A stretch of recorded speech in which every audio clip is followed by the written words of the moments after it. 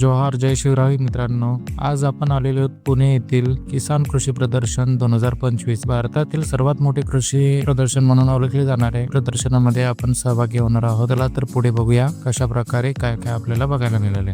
यंदाचं वैशिष्ट्य म्हणजे आपल्याला ड्रोन बघायला मिळाले. आधुनिक शेतीमध्ये ड्रोनचा वापर मोठ्या प्रमाणामध्ये होत आहे. तुम्ही 1 एकर क्षेत्र एका ड्रोनद्वारे फवारणी करू शकता. पारंपरिक मध्ये जिथे आपल्याला 10 ते 12 पंप लागायचे तिथेच आपल्याला एक ड्रोनच्या 10 लिटरच्या किंवा 15 लिटरच्या कॅपॅसिटी असलेल्या ड्रोननी फवारणी करून 1 एकर क्षेत्र पूर्ण फवारणी करू शकता. वेलीची बचत तसेच मनुष्यबळ ही कमी लागते. नाशिक सारख्या जिल्ह्यामध्ये मोठ्या प्रमाणात शेतकरी ड्रोनचा वापर करत आहेत. आपण ड्रोन बघत आहात मारुती ड्रोन्स या कंपनीचा असून त्यांनी आपल्याला चांगल्या प्रकारे माहिती दिली. चला तर जाऊया पुढे काय नवीन बघायला भेटते ते आपण बघूया. ज्या शेतकऱ्यांचे क्षेत्र जमिनी जास्त आहेत त्यांच्यासाठी हे पुढील जे यंत्र आहेत त्यांच्यासाठी फार सोयीस्कर आहे. आपण हार्वेस्टर बघत आहात, त्याच प्रकारे ट्रॅक्टर साठी लागणारे रोटावेटर हे सर्व आपल्याला बघायला मिळाले आणि खूप मोठे होते.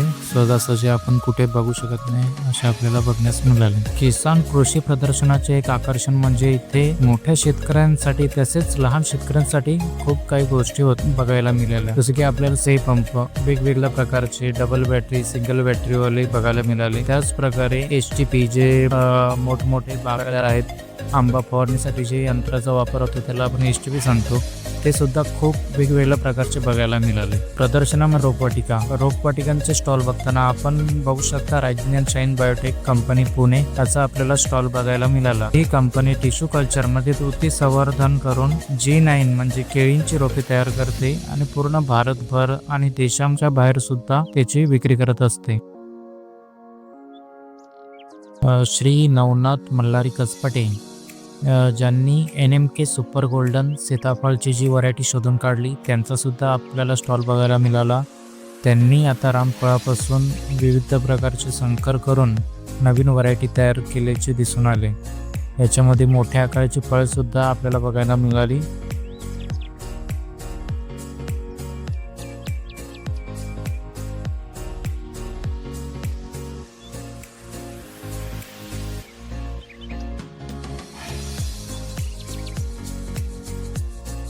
टेक्निक रोपवाटिका स्टॉल बघायला मिळाला. यामध्ये त्यांनी विविध प्रकारचे कंद आणले होते. त्याच्यामध्ये मुख्य आकर्षण म्हणजे कमळ फुलाचे विविध रंग असणारे फुलांचे कंद बघायला मिळाले. त्याच प्रकारचे इतर फुलवंत झाडांचे कंद होते.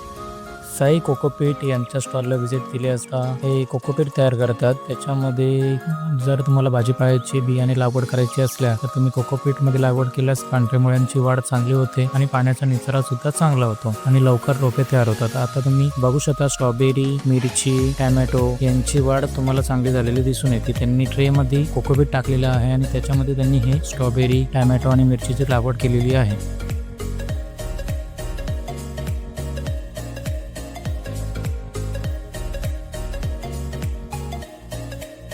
शेतकरी मित्रांनो, व्हिडिओ शेवटपर्यंत पाहिल्याबद्दल सर्वांचे आभार. अशाच प्रकारच्या शेती उपयोगी नवनवीन व्हिडिओ आपल्या चॅनलवरती येत राहतील. व्हिडिओला जास्तीत जास्त शेअर करा, लाईक करा आणि पुढची व्हिडिओ कशावरती असावी ते तुम्ही कमेंट बॉक्समध्ये सजेशन देऊ शकता. धन्यवाद. जय जवान, जय किसान.